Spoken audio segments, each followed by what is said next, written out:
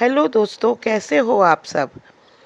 मैं अलका शारदा अपने चैनल से आप सबका फिर से स्वागत करती हूँ। और आज जो मैं कहानी लेके आई हूँ बहुत ही अच्छी और बेहतरीन कहानी है। और आज की कहानी का मेरा शीर्षक है परोपकार। तो परोपकार का अर्थ सबसे पहले हम लोग जानते हैं कि परोपकार दो शब्दों से मिलकर बना है। पर प्लस उपकार।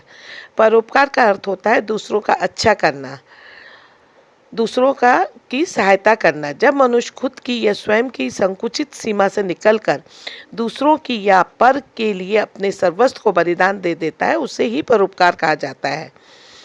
परोपकार की भावना ही मनुष्यों को पशुओं से अलग करती है। नहीं तो भोजन और नींद तो पशुओं में भी मनुष्य की तरह ही पाई जाती है।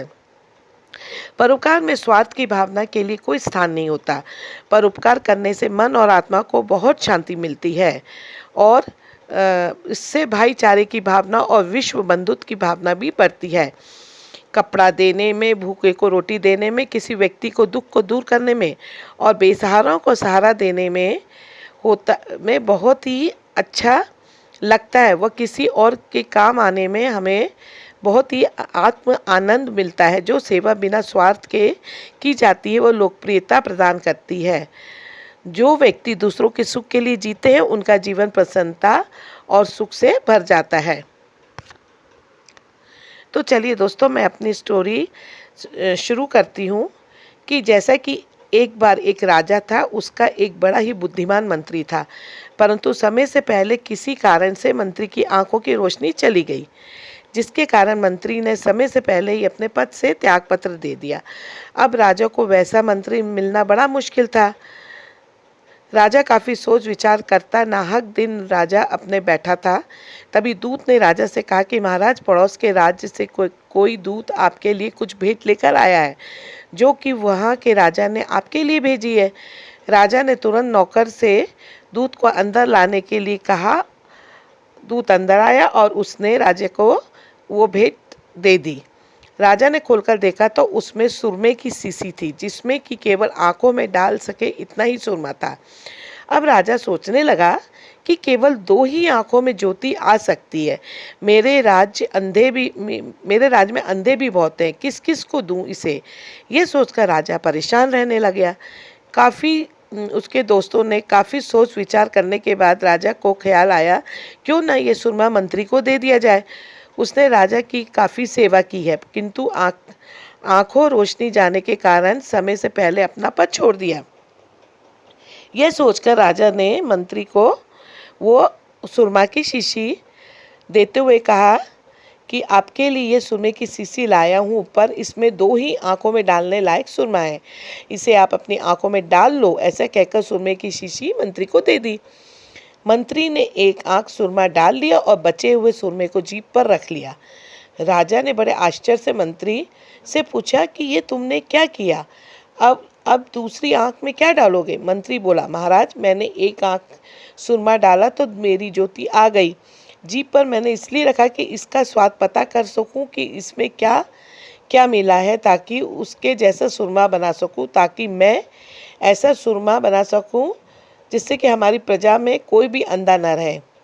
राजा मंत्री के इस परोपकारी भावना से बहुत खुश हुआ और उसे दोबारा अपने पास रख लिया। तो दोस्तों, ऐसी होनी चाहिए परोपकार की भावना। परोपकार में किसी दूसरे की किसी भी तरह से मदद करना, तन से, मन से या धन से, अपने सामर्थ्य के हिसाब से मदद करना चाहिए। परोपकार का कभी मोल नहीं लगाना चाहिए, वो कहलाता है परोपकार। परोपकार में स्वार्थ की भावना के लिए दोस्तों कोई भी स्थान नहीं होता है। परोपकार करने से मन और आत्मा को हमें बहुत शांति मिलती है, और इससे भाईचारे की भावना और विश्व बंधुत्व की भावना भी बढ़ती है। कपड़ा देने में, भूखों को रोटी देने में, किसी व्यक्ति के दुख दूर करने में और बेसहाराओं का सहारा बनने में किसी और काम को करने से नहीं होता है। वो जो होता है, वो किसी और काम को करने से हमें सुख नहीं मिलता है, जो कि हम इस तरह से मददगारों की मदद करने से हमें मिलता है। किसी परोपकार से किसी भी प्राणी को अलौकिक आनंद मिलता है। जो सेवा बिना स्वार्थ के की जाती है वो लोकप्रियता प्रदान करती है। जो व्यक्ति दूसरों के सुखों के लिए जीते हैं उनका जीवन प्रसन्नता और सुख से भर जाता है।